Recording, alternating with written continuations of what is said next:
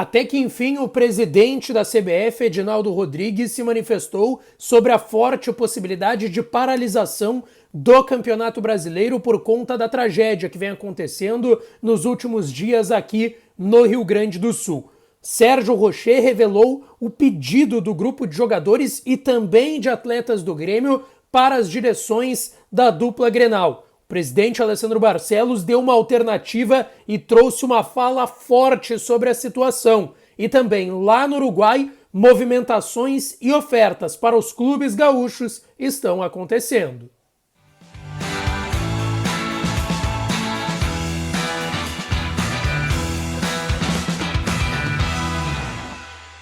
Fala, minha rapaziada, sejam bem-vindos a mais um vídeo aqui no canal Lucas Dias Repórter, e nesse conteúdo a gente vai falar sobre o que de mais importante aconteceu nesta sexta-feira, dia 10 de maio de 2024, no noticiário do Inter, obviamente muito mobilizado ainda por tudo que vem acontecendo no Rio Grande do Sul. Antes, não te esquece de deixar o teu like, te inscrever no canal e ativar as notificações por aqui. E claro, segue o QR Code na tela. Esse vídeo e todos os outros aqui do canal têm o apoio de KTO, mas o momento não é de diversão e a KTO também tem entendido isso e ajudado toda a população gaúcha por conta desse momento super crítico que a gente vem vivendo. Então o QR Code está na tela, câmera do celular e não do aplicativo nele, para vocês realizarem a sua doação e ajudarem a quem mais precisa nesse momento, tá certo, rapaziada? Bom, eu quero começar aqui falando sobre a possibilidade do Inter já voltar a treinar nos próximos dias, tá? O Fabrício Falkowski, repórter do Correio do Povo, setorista de Inter,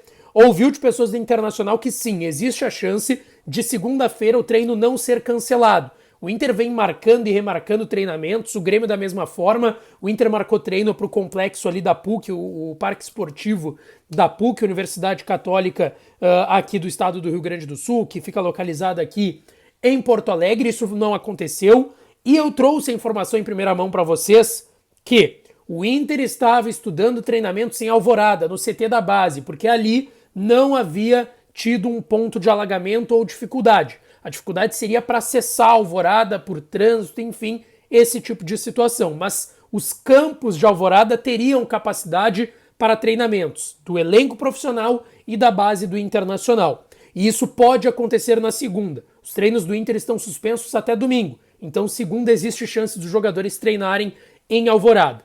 Sobre entrar em campo, o próximo jogo do Inter é no dia 28 contra o Belgrano, pela Sul-Americana. Os jogos até lá, até o dia 25, quando teria Inter e São Paulo no Beira-Rio pelo Campeonato Brasileiro, estão adiados já oficialmente. Então, a Conmebol adiou o jogo contra o Tomayapo da Sul-Americana e contra o Delfim no Beira-Rio. E a CBF adiou os 2 jogos da terceira fase da Copa do Brasil contra a Juventude e mais algumas rodadas de Campeonato Brasileiro. Eu falei sobre isso no último vídeo, tá? Aqui no canal, sobre a postura do presidente em relação a voltar a jogar, porque a chance existe no final do mês aqui de maio do Inter entrar em campo contra o Belgrano. A dúvida seria onde? Eu falei mais sobre isso no último conteúdo. Quando terminar esse vídeo, assistam o último aqui do canal, tá? Gente, o Inter anunciou nas últimas horas uma questão importante, tá? E um serviço importante. Vocês lembram que o Inter estava recebendo arrecadações no Gigantinho, no ginásio, no seu ginásio, o ginásio do Gigantinho. Porém, pelo alagamento ali no estádio Beira-Rio, em toda a Padre Cacique e também na Nestor Ludwig, que é a rua que dá acesso ali ao estacionamento e ao Gigantinho, o Inter teve que fechar esse ponto de coleta e de doações. O Inter até estava estudando, quem sabe, usar o Gigantinho como um abrigo. Mas, no fim das contas, foi fechado por conta desses alagamentos. E o Internacional fez uma parceria com a escola de samba Fidalgos e Aristocratas. E o Inter abriu já um novo ponto de coleta de donativos a partir desta sexta, tá? Então, hoje já estava em funcionamento, fica localizado na Avenida Ipiranga, número 2495. O acesso é pela Rua São Francisco, tá? Acesso pela Rua São Francisco e fica localizado na Avenida Ipiranga 2495, Escola de Samba Fidalgos e Aristocratas, parceria com o Internacional. É um novo ponto de coleta desses donativos e estão recebendo justamente entre 9 da manhã e 5 da tarde, tá? Então, quem quiser doar, vai lá, que é uma ajuda muito bem-vinda. E dentro desse momento que a gente está vivendo no futebol brasileiro e principalmente aqui no estado do Rio Grande do Sul e no futebol gaúcho, o Rocher, goleiro uruguaio do Internacional, que tem estado na linha de frente, se não no resgate, auxiliando com marmitas, doações, ajudando a realizar, indo para a cozinha, botando mão na massa. A gente viu diversos vídeos legais do Rocher ajudando nesse sentido.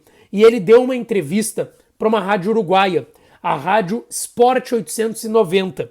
E ele revelou um pedido do grupo de jogadores do Inter e do Grêmio para as direções de Inter e Grêmio nesse momento. Rocher disse o seguinte: os jogadores tanto do Internacional quanto do Grêmio pediram às autoridades a suspensão das partidas para ajudar o povo de Porto Alegre, que está passando por um momento de muita dor.